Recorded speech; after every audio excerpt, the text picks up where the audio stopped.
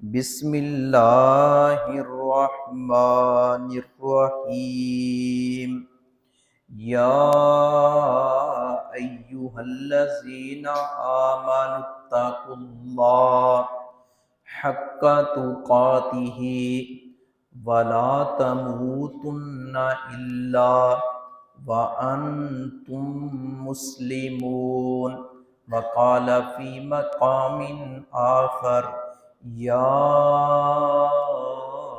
ایہا الذین آمنوا ادخلوا فی السلم کافہ۔ رب العالمین احکم الحاکمین کے لیے ہمہ قسم کی تعریفات بابرکت کلمات خاص ہیں۔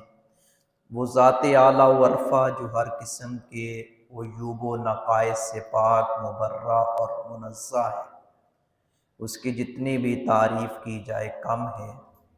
درود و سلام ہوں میرے اور آپ کے محبوب اور غمخوار پیغمبر، رحمت کائنات، رحمت للعالمین، سید الاولین والآخرین، تاجدار حرمین، خاتم النبیین، امام اعظم حضرت محمد مصطفیٰ صلی اللہ علیہ وآلہ وسلم کی ذات گرامی پر، جو محسن انسانیت بن کر، رشد و ہدایت کا ذریعہ بن کر، اسوہ حسنہ بن کر اس کائنات میں تشریف لائے، جن کی پیروی، جن کی اطاعت ہمارے اوپر فرض عین ہے، اور اسی راستے پر ہم چل کر کامیابی حاصل کر سکتے ہیں۔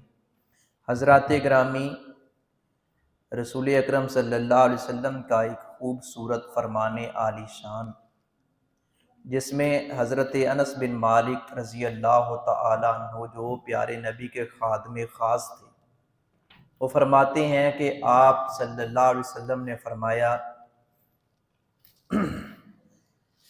ثلاث کفارات، تین چیزیں گناہوں کی معافی اور تلافی کا ذریعہ ہیں، وثلاث درجات، اور تین چیزیں، تین اعمال درجات کی بلندی کا سبب بنتے ہیں، وثلاث منجیات، اور تین ہی نجات دینے والے کام ہیں، وثلاث مہلکات، اور تین ہی تباہ کرنے والے اعمال ہیں۔ سب سے پہلے تین گناہوں کا کفارہ بننے والے اما الکفارات، اس پہ ہماری بات ہو چکی ہے۔ اما الدرجات، درجات کیا ہیں؟ درجات کے بارے میں آپ صلی اللہ علیہ وسلم نے فرمایا، فَإِطْعَامُ الطَّعَامِ وَإِفْشَاءُ السَّلَامِ وَالصَّلَاةُ بِاللَّيْلِ وَالنَّاسُ نِيَامٌ، یعنی کہ درجہ نیک لوگوں میں بڑھانے کے لیے اور جنت میں اعلیٰ درجہ پانے کے لیے، اپنی پوزیشن بہتر کرنے کے لیے، یوں سمجھیں کہ ایک بندہ ہے تو کامیاب ہے یا کامیابی کے راستے پر چل رہا ہے، لیکن وہ بہتر سے بہتر، خوبصورت سے خوبصورت، اور اس کے درجات اور اس کی پوزیشن میں مزید بہترین، نکھار، خوبصورتی آنے کے لیے وہ ایسا کرے، اطعام الطعام، کھانا کھلائے، کھانا کھلانے والے کو، خاص طور پر ان لوگوں کا کھانا جو مسکین ہیں، جو فقیر ہیں، جو ناتواں اور کمزور ہیں، ایسے لوگوں کی اپنی جگہ ایک اہمیت اور خاص اہمیت بیان کی گئی ہے۔ پھر نیک لوگوں کو کھانا کھلانا، جو نمازی ہیں، متقی ہیں، عابد و زاہد ہیں، ایسے لوگوں کو کھانا کھلانا سعادت کی بات ہے۔ کھانا تو کسی کو بھی کھلائیں تو اس کا اجر اور ثواب ملتا ہے۔ وہ رشتہ دار کو کھلائیں، وہ کسی ہمسائے کو کھلائیں، کسی دوست کو کھلائیں، کسی عالم دین کو کھلائیں، کسی بڑے کو کھلائیں، ثواب اجر تو ملتا ہے۔ لیکن جہاں کتاب اللہ میں اور سنت رسول اللہ صلی اللہ علیہ وسلم سے غریبوں اور مسکینوں کو کھانا کھلانا کی اہمیت ہے، وہاں اس کے ساتھ ساتھ جو نیک لوگ ہیں، متقی اور پرہیزگار ہیں، عابد و زاہد ہیں، ان کو کھانا کھلانے کی بھی اہمیت بہت زیادہ ہے۔ بے شک وہ خود کھاتے پیتے کیوں نہ ہوں، اور یہ چاہت ہوتی ہے کہ نیک بندے کو میں کھانا کھلاؤں، کسی کے دل سے دعا نکلے اور کسی نیک بندے کا قدم میرے گھر میں پڑ جانا، وہ تو میرے لیے باعث سعادت ہے۔ نبی اکرم صلی اللہ علیہ وسلم سے اعلیٰ و ارفع تو کوئی نہیں اس کائنات میں آیا، اور اصحاب رسول کی خواہش ہوتی تھی محبوب ہمارے گھر میں تشریف لائیں، ہمیں یہ موقع دیں کہ ہم آپ کی خدمت میں کھانا پیش کریں۔ کوئی اسی طرح پینے والا، کوئی دودھ، کوئی ایسے کوئی جام پیش کریں، آپ صلی اللہ علیہ وسلم کا ہمارے لیے گھر آنا باعث برکت اور باعث رحمت ہے۔ پھر آپ تو اس دنیا سے تشریف لے گئے، درجہ بدرجہ نیک لوگ چلے گئے، نیک لوگ ہر دور میں رہے ہیں، اگرچہ اب تو بہت کم نظر آتے ہیں، خال خال نظر آتے ہیں جو با کردار ہوں، جن کے طرف دل مائل ہو اور دل کرتا ہو کہ یار یہ لوگ آئیں۔ بہرحال بات دور نہ چلی جائے، کھانا کھلانا یہ درجات کی بلندی کا ذریعہ ہے، یہ مسلمان کے اسلام اور ایمان میں نکھار اور خوبصورتی پیدا کرتا ہے۔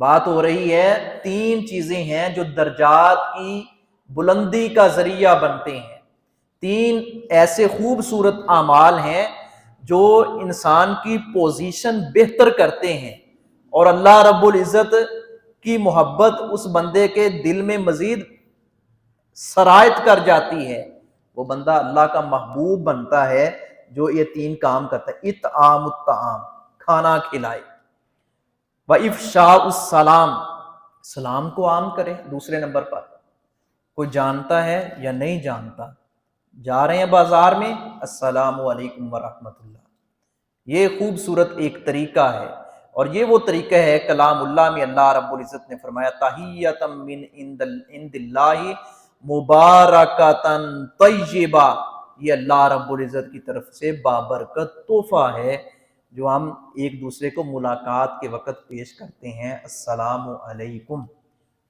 اس کی جیسا کہ ایک روایت میں ہے 10 نیکیاں ملتی ہیں، ایک شخص نے آ کر کہا ورحمۃ اللہ بھی ساتھ کہا تو آپ نے فرمایا اس کو 20 ملی، ایک نے آ کر وبرکاتہ بھی ساتھ کہا تو آپ صلی اللہ علیہ وسلم نے فرمایا اس کو 30 نیکیاں ملی ہیں۔ اور یہ سلام آپس میں محبت بڑھانے کا ذریعہ ہے، نفرتوں اور کدورتوں کو ختم کرنے کا خوبصورت طریقہ جس کی رہنمائی کلام اللہ میں اللہ رب العزت نے کی ہے، اور پیارے نبی صلی اللہ علیہ وسلم نے اس کی اہمیت کو بہت اجاگر کیا ہے۔ کتنا اجاگر کیا ہے؟ آپ نے فرمایا کہ جو سواری پر ہو وہ پیدل کو سلام کہے، جو پیدل ہے وہ بیٹھے ہوئے کو سلام کہے، چھوٹا بڑے کو سلام کہے۔ بڑوں کے بارے میں بھی آتا ہے، چھوٹوں کے بارے میں نبی صلی اللہ علیہ وسلم بچوں کو سلام کرتے تھے، حالانکہ آپ سب سے بڑے ہیں، چونکہ آپ بچوں کے ساتھ بہت پیار کرتے تھے، آپ بڑی شفقت کرتے تھے، بچوں کو پیارے نبی سلام کہنے میں پہل کرتے تھے۔ ایک طرف یہ حکم ہے بچے چھوٹے بڑوں کو سلام کہیں، دوسری طرف نبی صلی اللہ علیہ وسلم کا یہ بھی خوبصورت طرز عمل ہے، آپ بچوں کو جب ملتے ہیں السلام علیکم کہتے تھے۔ تو یہ سلام، اس کو عام کرنا، عام کا مطلب یہی ہے کہ علی من عرفت ومن لم تعرف، جو جانتا ہے اس کو بھی سلام کہیں، جو نہیں جانتا اس کو بھی سلام کہیں۔ ہاں یہودی عیسائی گزر رہا ہے پاس سے، اس کو سلام کہنے میں پہل نہیں کرنی، اگر وہ سلام کہتا ہے پھر صرف اتنا جواب ہے وعلیکم۔ تفصیل میں نہیں جاتے، آپ نے یہ مسائل سن بھی رکھے ہیں، مقصد یہ ہے کہ یہ 2 چیزیں میں نے عرض کی جو درجات کی بلندی کا ذریعہ ہے، کسی کو کھانا کھلانا اور سلام عام کرنا۔ اور تیسرے نمبر پر نبی اکرم صلی اللہ علیہ وسلم نے فرمایا والصلاۃ باللیل والناس نیام، جب لوگ رات کو سو رہے ہوں تو نماز پڑھنا، تہجد جسے ہم کہتے ہیں، جسے رات کی نماز قیام اللیل کہا جاتا ہے، اس کا اہتمام کرنا، یہ وہ چیزیں ہیں جن کی اہمیت بہت زیادہ ہے، جس سے انسان کی پوزیشن بہتر ہوتی ہے، جس سے مسلمان کے ایمان اور اسلام میں نکھار پیدا ہوتا ہے، جس سے اس کو اطمینان ملتا ہے، سکون ملتا ہے، اور اس کا چہرہ تر و تازہ رہتا ہے، خوش و خرم رہتا ہے اور وہ بندہ اللہ رب العزت کا محبوب بنتا ہے۔ یہ وہ خوبصورت کام ہیں۔ اب حضرت عبداللہ بن سلام اسلام قبول کرنے سے پہلے یہودیوں کے بہت بڑے عالم تھے۔ اللہ رب العزت نے اسلام کی دولت سے مالا مال کیا تو کہتے ہیں جب پیارے نبی مدینہ طیبہ میں تشریف لائے، میں نے جو آپ کی زبان مبارکہ سے حدیث سنی یا جو میں نے مسائل سنے، سب سے پہلے میں نے آپ کا یہ خطبہ سننے کا اعزاز حاصل کیا۔ وہ یہ تھا، پیارے نبی فرما رہے تھے افشوا السلام، سلام کو عام کرو، اطعموا الطعام، لوگوں کو کھانا کھلایا کرو، وصلوا باللیل والناس نیام، جب لوگ رات کو سو رہے ہوں تو اللہ کے آگے اٹھ کر گریہ زاری کیا کرو، نماز پڑھا کرو، دعا کیا کرو۔ اتنی اس کی اہمیت ہے۔ اسی کے ریلیٹڈ ایک روایت ہے، نبی صلی اللہ علیہ وسلم نے فرمایا جنت کے بالا خانے اتنے خوبصورت ہیں، اتنے خوبصورت ہیں، اندر بندہ محل کے اندر کھڑا ہو تو باہر سے سب کچھ نظر آتا ہے، باہر کھڑا ہو تو باہر سے اندر کی وہ رنگینیاں، وہ خوبصورت محلات دل کو یعنی کہ ہماری زبان میں کھینچتے ہیں، ان کے اندر اتنی کشش ہے۔ اور آپ نے فرمایا وہ کن لوگوں کے لیے تیار کیے گئے ہیں؟ جو سلام کو عام کرتے ہیں، جو دوسروں کو کھانا کھلاتے ہیں، اور اسی طرح جو رات کو اٹھ کر نماز پڑھتے ہیں، تہجد پڑھتے ہیں اور صلہ رحمی کرتے ہیں۔ صلہ رحمی کیا ہے؟ رشتہ داروں کو آپس میں جوڑتے ہیں، توڑتے نہیں، جوڑتے ہیں، نفرتیں نہیں پھیلاتے۔ او بھائی تیرے خلاف فلاں بندہ، فلاں کزن جو ہے آپ کا نا، وہ باتیں کر رہا تھا، اس کو جا کر کہہ دیا ہاں تیرے خلاف وہ ہے، آپس میں لڑانا، لگائی بجائی کرنا، غیبت کرنا، اس کی اس کے پاس، چغلی کرنا اس کی اس کے پاس، اس کی اس کے پاس، باتیں کہ یہ کسی طریقے سے لڑیں یا یہ ترقی کیوں کر رہے ہیں۔ اس کو صلہ رحمی نہیں کہتے، اس کو حسد کہتے ہیں، اس کو قطع تعلقی کہتے ہیں، اس کو نفرت کہتے ہیں، یہ حرام ہے۔ صلہ رحمی، رشتہ داروں کے ساتھ اچھا سلوک کرنا، چاہے وہ برا کر رہے ہیں تب بھی اچھا کرنا۔ ایک شخص نے دل برداشتہ ہو کر پیارے نبی سے کہا تھا اللہ کے رسول میرے رشتہ دار، میں بڑا اچھا سلوک کرتا ہوں، وہ پھر بھی باز نہیں آتے، بڑا برا سلوک کرتے ہیں، میں پھر بھی خیر خواہی کرتا ہوں، ساری باتیں ہماری زبان میں جیسے کہتے ہیں نا یار میں پچھلیاں گلاں بھلا کے میں ہن آ گیا پھر دوبارہ، یعنی صحابی کا یہ انداز تھا اللہ کے رسول میں پھر صلہ رحمی کرتا ہوں، محبت کرتا ہوں، وہ پھر اس کا رزلٹ غلط دیتے ہیں، غلط تاثر دیتے ہیں، غلط نتیجہ آتا ہے۔ اب تو اللہ کے رسول بس ہو گئی، میں کتنی دیر اچھا سلوک کروں؟ نبی صلی اللہ علیہ وسلم سے کہنے لگے اللہ کے رسول یہ تو پھر ایسا اچھا نہیں نا، میں اچھا کرتا ہوں وہ برا کرتا ہے، اب تو میں بس ہو گئی۔ آپ نے فرمایا اگر یہ تو چاہتا ہے نا کہ میں اچھا تب کروں گا وہ اچھا کرے تو، آپ نے فرمایا اس کو صلہ رحمی نہیں کہتے، یہ تو بدلہ لینے والی بات ہے۔ یہ ہم اپنے اندر سے تکبر، ہٹ درمی، اناد اور میں بڑی چیز ہوں، میں بڑا ہوں، میں اس کے پاس کیوں جاؤں، نہیں، اللہ کے آگے جھکنا اور صلہ رحمی کو فروغ دینے کے لیے کسی چھوٹے کے پاس بھی جانا پڑے، منانا پڑے، اور غلطی بے شک اپنی نہ بھی ہو، ہم نے تو یہ بھی بزرگوں سے علماء سے سن رکھا ہے، تو بندہ کہہ دے کوئی نہیں یار میری غلطی ہے، کوئی بات نہیں میری غلطی ہے۔ کیوں؟ یہ دنیا کی زندگی تو عارضی ہے، یہ تو ختم ہو جانی ہے، بڑھ کے ہم بڑی مارتے ہیں، بڑیاں پھڑا مارتے ہیں، یہ بات کر کے جائے کہاں پتہ نہیں ہے، کب میری اپنی پھونک نکل جائے، کب میری اپنی ہوا نکل جائے اور میں روح نکل جائے، میں اللہ کے ہاں روح پرواز ہو جائے، اللہ کے ہاں جا ملوں، ایک لمحے کا ہمیں پتہ نہیں ہے۔ دعوے یہ کرتے ہیں کہ فلاں رشتہ دار میری چارپائی کو ہاتھ نہ لگائے، میری تیمارداری کے لیے نہ آئے، مجھے نظر نہ آئے، اس سے بڑا خناس کوئی نہیں ہے۔ اس کو صلہ رحمی نہیں کہتے، اس کو پیارے نبی کی تعلیم نہیں کہتے۔ یہ اس طرح کی سازشیں، اس طرح کی چالیں اور اس طرح کے نفرت آمیز رویے، اس کو اسلام قطعاً پسند نہیں کرتا۔ اگر درجات کی بلندی چاہتے ہیں جو پیارے نبی صلی اللہ علیہ وسلم نے فرمایا تو پھر صلہ رحمی۔ آج رزق کی وجہ سے ہر بندہ پریشان نظر آتا ہے، ہر دوسرا تیسرا بندہ، کہ معیشت تنگ ہو چکی ہے۔ معیشت کی تنگی کے جو اسباب ہیں وہ کئی ایک ہیں، اور ان کا حل اللہ رب العزت نے اپنے کلام میں بڑے خوبصورت انداز سے بیان فرمایا۔ جہاں دیگر ہمارے دنیاوی معاملات یا حکمرانوں کی نااہلیاں اور ہماری بدعمالیاں کئی ایک اسباب دنیاوی اعتبار سے ہیں، ایسے دینی اعتبار سے، سب سے پہلے دینی اعتبار سے ہم نے کلام اللہ سے اور پیارے نبی کی سیرت سے رہنمائی نہیں لی۔ پیارے نبی صلی اللہ علیہ وسلم نے فرمایا تھا جو یہ چاہتا ہے کہ میرے رزق میں برکت ہو، کیوں بھائی ہم سارے چاہتے ہیں ہمارے رزق میں برکت ہو، ہم فقر و فاقہ ہمارے قریب تک نہ آئے، ہم سارے یہ چاہتے ہیں۔ آپ نے فرمایا جو یہ چاہتا ہے میرے رزق میں برکت ہو،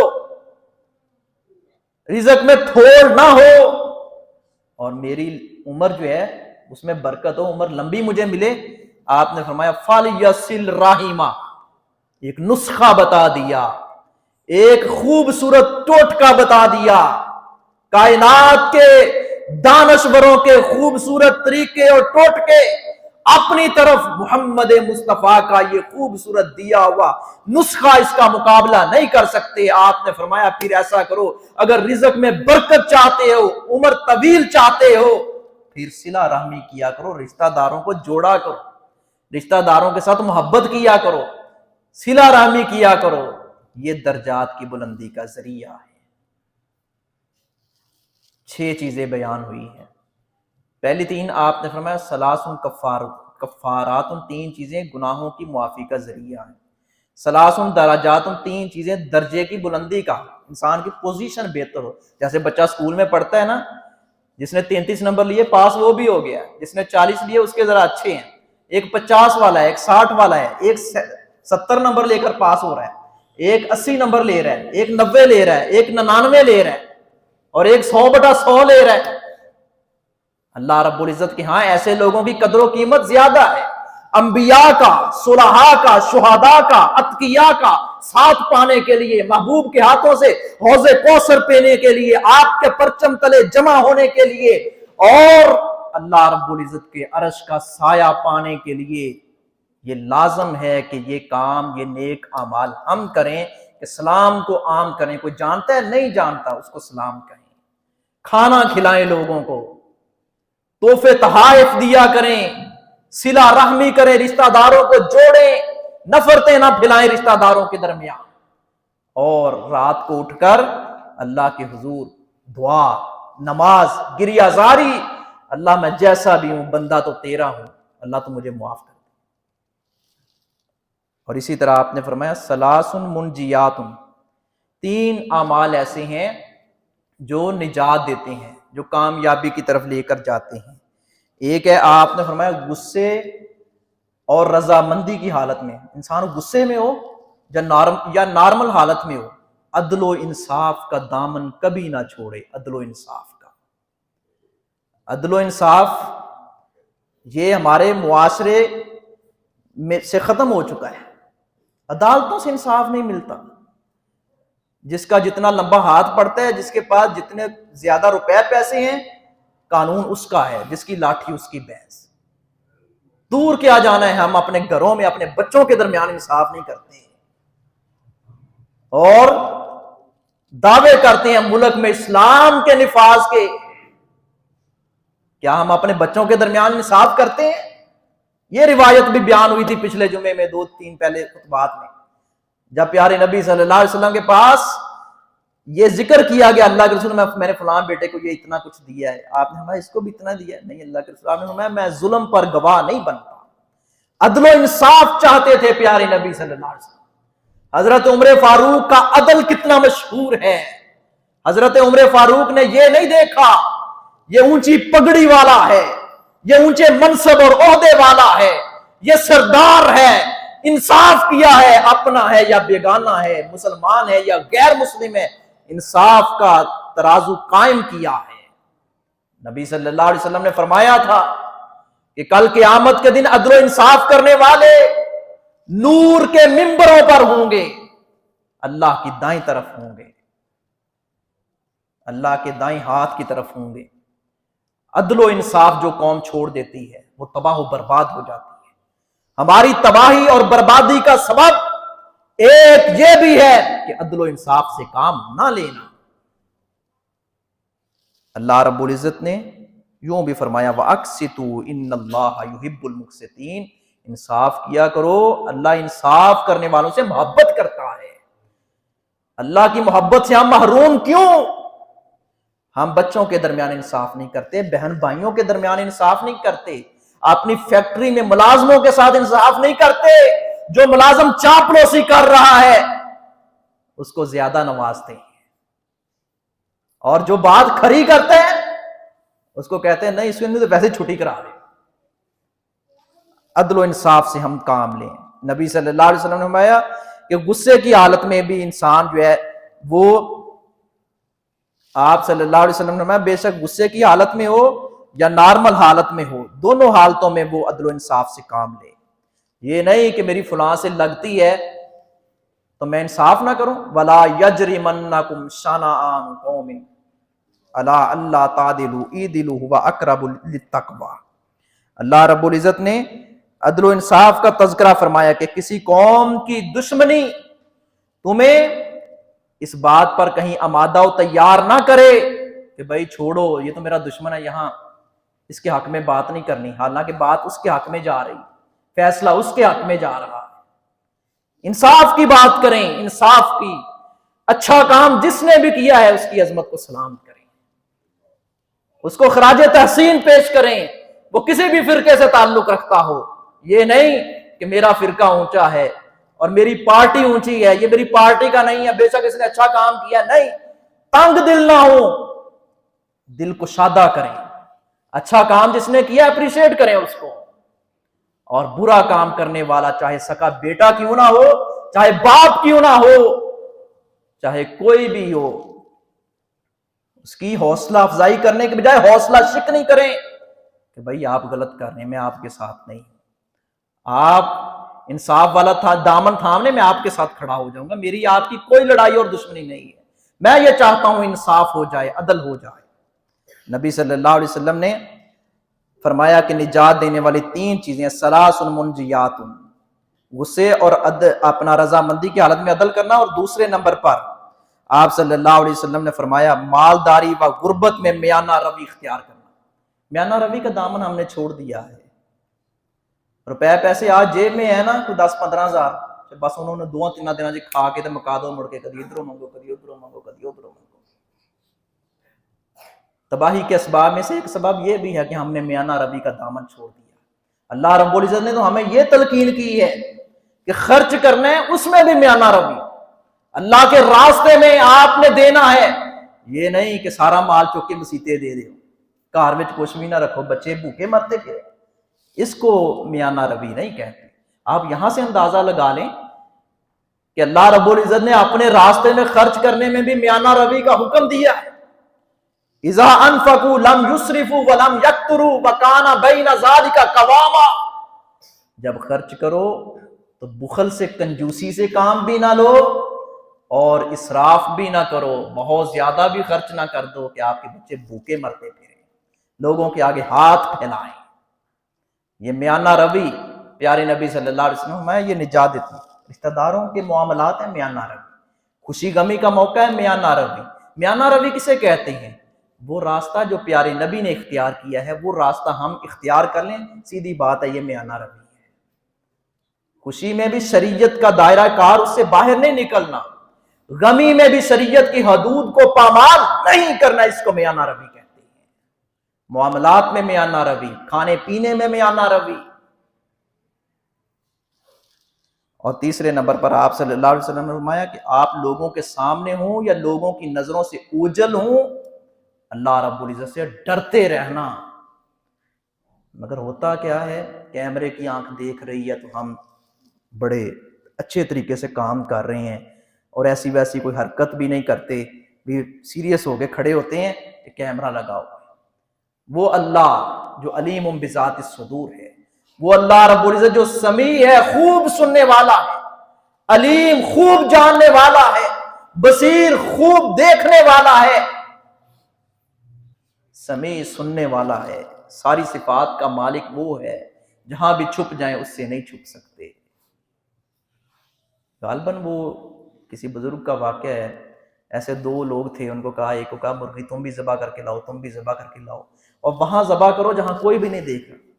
ایک نے کمرے میں، کسی حجرے میں، کسی مورچے میں چھپ کر ذبح کی، اس نے کہا کوئی نہیں دیکھ رہا تھا۔ دوسرا ویسے ہی لے آیا، اور بھائی آپ ایسے ہی لے آئے ہو، آپ کو کہا تھا مرغی ذبح کر کے لاؤ، آپ کو کوئی ایسی جگہ نہیں ملی جہاں خلا ہو، جہاں کوئی دیکھ نہ رہو. کہا میں جہاں بھی جاتا ہوں میرا رب مجھے دیکھ رہا ہے. اسی لیے تو اس ملازم نے کہا تھا کہ تاریخ اسلام میں جس کا واقعہ ملتا ہے، کسی کی بکریاں چراتا تھا، کسی نے کہا کہ آپ مجھے بیچ دو، اس نے کہا نہیں میرے مالک کی ہیں. کہا کہنا گم ہو گئی، بھیڑیا کھا گیا، کون سا مالک کو پتا چلے گا اتنے؟ کہا مالک کو نہیں پتا، یہ دنیا کا مالک ہے، حقیقی مالک میرا اللہ، وہ تو دیکھ رہا ہے. حضرات گرامی، اللہ رب العزت کے غضب سے ڈریں. جہاں اللہ رب العزت بہت مہربان ہے، محبت کرنے والا ہے، اللہ رب العزت دو نمبری کرنے والوں کو، ناانصافی کرنے والوں کو، ظلم کرنے والوں کو اللہ رب العزت کی پھر گرفت پکڑ لیتی ہے، گرفت میں آ جاتے ہیں اللہ رب. نبی صلی اللہ علیہ وسلم نے فرمایا 7 قسم کے لوگ اللہ کے عرش کے سائے کے نیچے ہوں گے. ان میں سے ایک وہ شخص ہوگا رجل ذکر اللہ خالیا ففازت عیناہ، وہ خوش نصیب جو تنہائی میں بیٹھا ہے، اور تنہائی میں بیٹھا اللہ رب العزت کے غضب اور خوف کی وجہ سے، یعنی جہنم کی آگ کی بڑکتی ہوئی آگ سے، قبر کے عذاب سے اور یہ آفتوں سے، ان چیزوں کا تصور اس کے ذہن میں آتا ہے تو ڈر جاتا ہے، آنکھوں سے آنسو نکلتے ہیں. تنہا بیٹھا ہے، اکیلا بیٹھا ہے، اور کہتا ہے کہ اللہ مجھے بس تو کامیاب کر دینا، مجھے صرف تیری محبت چاہیے. پیارے نبی صلی اللہ علیہ وسلم فرمایا اللہ ایسا بندہ اللہ کے عرش کے سائے کے نیچے ہوگا جس دن کسی اور چیز کا سایہ نہیں ہوگا. مگر ہماری تنہائیوں کو کا بیڑا غرق یہ موبائلوں نے کیا ہے. ہر چھوٹا بڑا اس گناہ میں ملوث ہے. اللہ ماشاء اللہ، اللہ ہمیں اپنی حفاظت میں رکھے، اللہ ہمیں شرم و حیا نصیب کرے. زندگی تقوی والی زندگی، زہد والی زندگی، اور زندگی وہ زندگی جس میں اللہ رب العزت کا خوف ہو کہ میرا رب دیکھ رہا ہے، میں کوئی غلط حرکت نہ کروں. یہ قابل رشک زندگی ہوتی ہے. اور ایسے شخص کو کل قیامت کے دن ہوگا، جنت میں دربان انتظار کر رہے ہوں گے، کہیں گے سلام علیکم طبتم فادخلوها خالدین، تم پر سلامتی ہو، امن سے داخل ہو جاؤ جنت میں. ایسے خوبصورت اعمال ہم کریں، سر انجام دیں کہ اللہ کے فرشتے منتظر ہوں، اور ملک الموت بھی آئے وہ بھی رشک کریں. اللہ رب العزت کا عرش، اس سے رحمت کی برکھا نازل ہوتی نظر آئے گی. اور ایسا بندہ جس کے جو با کردار وہ دنیا سے جاتا ہے، اس کے محبت کرنے والے تو رو رہے ہوتے ہیں، وہ اللہ رب العزت کی محبت میں غرق ہوتا ہے اور بڑا شوقین ہوتا ہے کہ میں جلدی جلدی اللہ سے ملاقات کروں. یہ درجات کی بلندی کا ذریعہ بنتی ہیں یہ چیزیں. نبی صلی اللہ علیہ وسلم نے فرمایا غصے اور رضامندی کی حالت میں عدل و انصاف کرنا، اور اسی طرح مالداری و غربت میں میانہ روی اختیار کرنا، اور اسی طرح تیسرے نمبر پر آپ لوگوں کے سامنے یا لوگوں کی نظروں سے اوجھل ہیں، ڈرتے رہنا کہ میرا رب مجھے دیکھ رہا ہے، میں کہیں کوئی غلط حرکت نہ کروں وگرنہ میری گرفت ہوگی. دنیا دیکھے نہ دیکھے میرا رب دیکھ رہا ہے. حضرات گرامی، یہ وہ چیزیں ہیں آپ نے فرمایا اما المنجیات، جو نجات دیتی ہیں. چوتھے اور آخری نمبر پر اما المہلکات، جو تباہ کر دیتی ہیں، برباد کر دیتی ہیں، جو کنگال کر دیتی ہیں. وہ بھی 3 چیزیں ہیں. آپ صلی اللہ علیہ وسلم نے فرمایا اتقوا الشح فإن الشح اہلک من کان قبلکم. آپ نے فرمایا یہ شح سے بچو. شح کیا ہے؟ یوں بھی فرمایا وَمَن یوق شح نفسہ فاولئک ھم المفلحون. جو کنجوسی سے یہ بچا لیا گیا وہ بندہ کامیاب ہے. کنجوس نہ بندہ بنے، لالچی نہ بنے. یہ لالچ بری بلا ہے. گریڈ از اے کرس پڑھا کرتے تھے نا کہانیاں. لالچ جہاں آ گیا وہاں تباہی آتی ہے. یہ لالچ ہے نا کہ میرے پاس آج میں لاکھوں پتی ہیں، میں کروڑوں پتی بن جاؤں.